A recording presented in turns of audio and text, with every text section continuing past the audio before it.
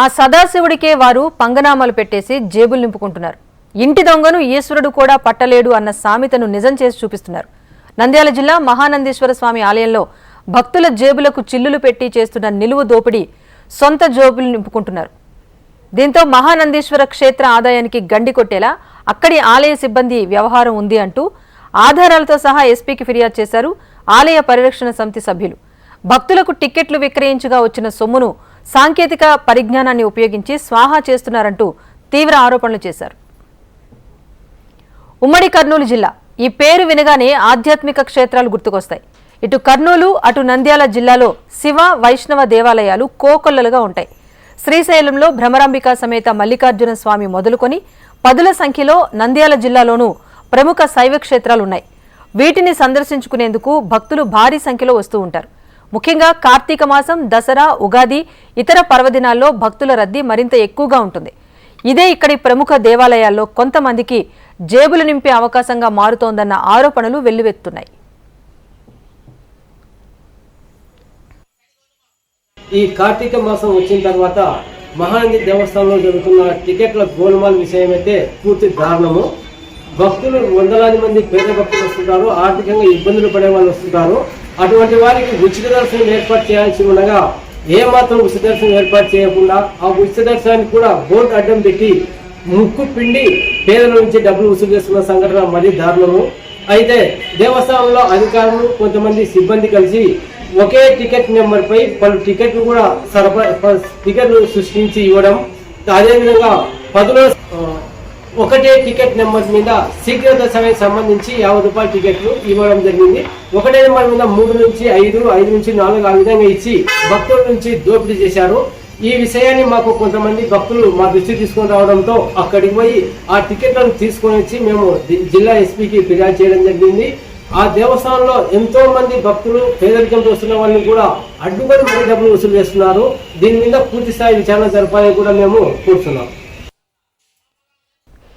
శ్రీశైలం పుణ్యక్షేత్రాన్ని దర్శించుకోవడానికి భక్తులు పెద్ద సంఖ్యలో వస్తూ ఉంటారు. ఈ క్షేత్రాన్ని ఎంతో పవిత్రంగా భావిస్తారు. మల్లన్న అమ్మవారి దర్శనం చేసుకున్న భక్తులు చాలా మంది మహానందీశ్వర స్వామి దర్శనం కోసం పరుగులు తీస్తారు. మహానందిలో స్వామివారి దర్శనం చేసుకోవాలి అంటే ఖచ్చితంగా టికెట్ తీసుకోవాల్సిందే. ఇదే కొంతమంది దేవస్థానం సిబ్బందికి కలిసొచ్చే అంశంగా మారుతోంది.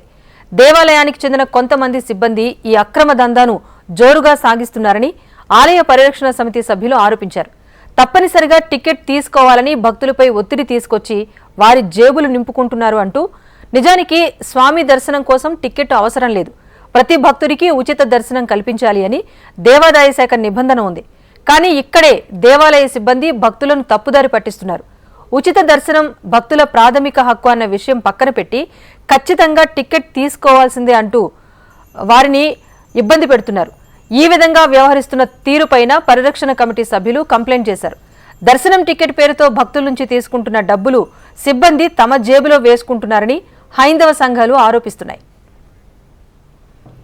టికెట్ల గోల్మాల్ ఎలా జరుగుతోందనే అంశంపైన క్లారిటీ ఇస్తున్నారు ఆరోపణలు చేస్తున్న సదరు వ్యక్తులు. దేవాలయంలో కొంతమంది సిబ్బంది తెలివిగా వ్యవహరిస్తూ కొందరు భక్తులు కొనుగోలు చేసిన టికెట్లను రీసైక్లింగ్ చేస్తున్నారు. పదుల సంఖ్యలో టికెట్లను రీసైక్లింగ్ చేస్తున్నారంట. మరికొందరు అయితే టికెట్స్ ఇవ్వకుండానే నగదును జేబులో వేసుకుంటున్నారట. అసలు మహానందిలో ఎక్కడా ఉచిత దర్శనం బోర్డులు లేకపోవటాన్ని కూడా వారు గుర్తు చేస్తున్నారు. రోజుకు ఎంతమంది భక్తులు మహానందికి వస్తున్నారు? దర్శనం చేసుకుంటున్న భక్తులు ఎంతమంది? టికెట్ల మీద ఎంతమంది దర్శనం చేసుకుంటున్నారు? స్వామివారికి నిత్య ఆదాయం ఎంత, టికెట్లపై వచ్చిందెంత అనే లెక్కలు బహిరంగపరచాలని హైందవ సంఘాలు డిమాండ్ చేస్తున్నాయి. లేకపోతే జరుగుతున్న అక్రమ దందాను అడ్డుకోవటం కోసం తామే రంగంలోకి దిగుతామంటూ హైందవ సంఘాలు హెచ్చరించాయి. ఆలయంలో ఎక్కడా ఉచిత దర్శనం బోర్డులు ఎందుకు ఏర్పాటు చేయలేదన్న వారికి సమాధానం చెప్పేవారు కూడా లేరు. టికెట్లకు సంబంధించి డబుల్ ప్రింటింగ్ జరిగిందని చెప్పేసినటువంటి విషయము నా దృష్టికి కూడా వచ్చింది. నాకు వాట్సాప్లో కూడా నిన్నటి దినమే వచ్చింది. దీనికి సంబంధించి ఎగ్జిక్యూటివ్ ఆఫీసర్ వెంటనే దీనికి వివరణ ఇచ్చి అది ఏం జరిగిందో భక్త సమాజానికి చెప్పింటే బాగుండు. కాబట్టి 2 రోజులు ఇది నాన్పడం ద్వారా ఏమైందంటే భక్తుల్లో ఒక రకమైన అనుమానం వచ్చేసింది ఇది జరిగిందని. కాబట్టి దీనికి సంబంధించి ఏదైనా సరే ఈ టికెట్ల కుంభకోణంలో డబుల్ ప్రింటింగ్ అనేటువంటిది జరిగిందని మేము నిర్ధారణకు ఏదైనా వస్తే ఖచ్చితంగా అంటే నిర్ధారిస్తే ఒక 2-3 రోజులు ఖచ్చితంగా దీని మీద ఇన్వెస్టిగేషన్ చేస్తాము. పూర్తి స్థాయిలో ఎవరు చేసినారు, ఇది ఏం కథ, నిజంగా జరిగిందే లేదు, ఇటువంటివన్నీ అధ్యయనాలు చేసి ఎవరైనా నిజంగా జరిగితే ఖచ్చితంగా చట్టపరమైన చర్యలు తీసుకోమని ఖచ్చితంగా ఎండోమెంట్ కమిషనర్ కోరుతాం. లేదంటే మేము పోయేది కోర్టుకు పోతాం. ఖచ్చితంగా అటువంటి పనులు జరగకూడదు. భక్తుల్లో విశ్వాసాన్ని కల్పించాలా. కాబట్టి ముందు వెనకాల ఆలోచన చేసి స్టెప్ తీసుకొని ఇది జరిగితే మాత్రం ఎవరిని విడిచిపెట్టే క్వశ్చన్ లేదు. ఇట్లు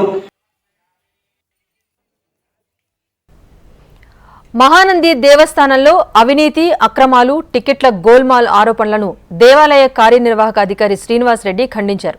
అలాంటి తప్పిదాలు ఎక్కడా జరగటం లేదన్నారు. సిబ్బందిలో ఎవరైనా తప్పు చేస్తే సహించబోమని కూడా తెలిపారు.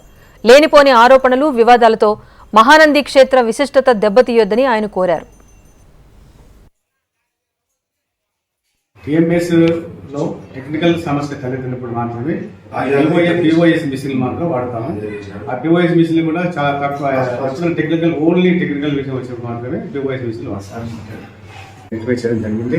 అంతే తప్ప ఎలాంటి గోల్మాలు, ఎలాంటి టికెట్ల అవకతవకలు ఇక్కడ మన దేవస్థానంలో జరగలేదు. ఇక గతంలో కూడా ఎప్పుడు జరగవు కూడా. ఇంతవరకు కూడా మేము ఒకవేళ ఆన్లైన్ టికెట్లు ఎప్పుడైనా కరెంటు పోయినా సరే, ఆన్లైన్ టికెట్ల వల్ల సిస్టమ్ రానప్పుడు కూడా మేము ప్రతిరోజు కూడా టీఎంఎస్ ద్వారా టికెట్లు ఇవ్వడం జరుగుతుంది, ఆన్లైన్ కూడా. కానీ ఇది భక్తులందరూ పంపించవలసిందిగా కోరుతున్నాము. కాబట్టి ఈ దేవస్థానంలో ఎలాంటి గోల్మాల్ టికెట్ల గోల్మాల్ అనేది జరగలేదు. ఇది అవాస్తవం పూర్తిగా. మహానంది ఓ పవిత్ర శైవ క్షేత్రం. నిత్యం వేలాది మంది భక్తులు ఇక్కడికి వస్తూ ఉంటారు. అలాంటి క్షేత్రంలో అక్రమాలు జరిగితే అతిపెద్ద తప్పిదమవుతుంది.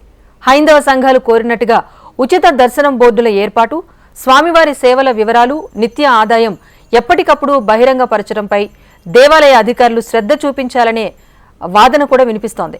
అలా చేస్తే ఆరోపణలకు ఆస్కారం ఉండదని భక్తులు అంటున్నారు.